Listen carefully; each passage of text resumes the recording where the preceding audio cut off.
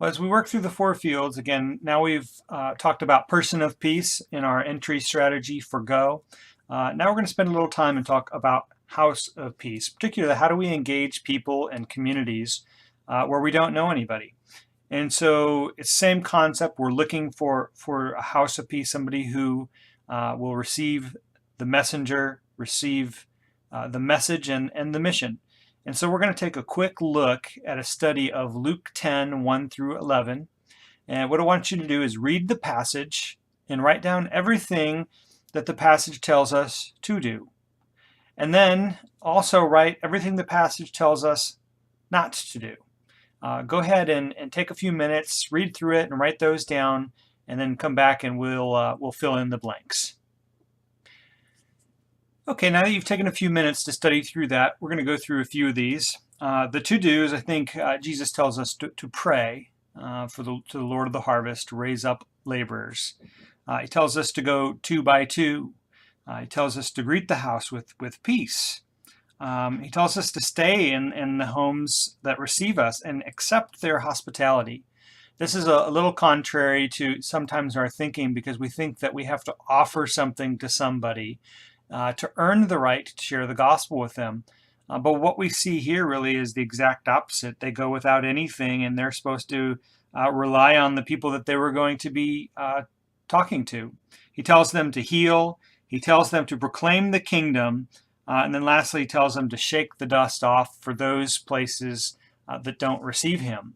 And it's important here to remember that while the concept of this is God's work, as we go out into these communities, this verse says that to shake the dust off when a whole community doesn't receive the gospel, we move on. So it doesn't necessarily mean individual houses when they don't receive us that we shake the dust off. When a whole community rejects the gospel, then we move on to new communities. What not to do? It says, do not take provision. Don't take extra sandals, your money bag, all of these things. He says not to greet people on the way.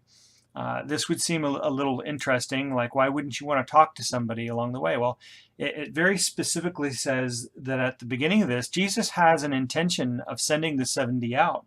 What is that intention? It says that he's sending these 70 out to the places that he's about to go.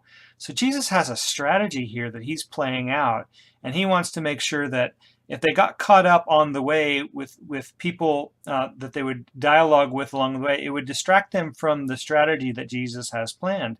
And so he doesn't want them to get caught up with talking to people on the way, because Jesus has a very specific plan for them to fulfill.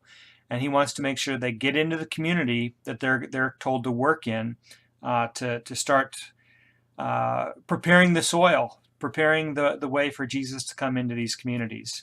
And then it tells us not to move from house to house. And again, this might seem a little contrary to our thinking, like wouldn't we want to reach as many homes as we possibly could? But when we find that house of peace, we invest in that home and we make disciples and we raise them up to reach the rest of the community. And so really this is going to be where we start pouring into a home, a household, to make disciples, to reach the rest of the community. That's going to be their responsibility. So we want to invest heavily when we find these houses of peace, and we'll be modeling the same thing as we go out.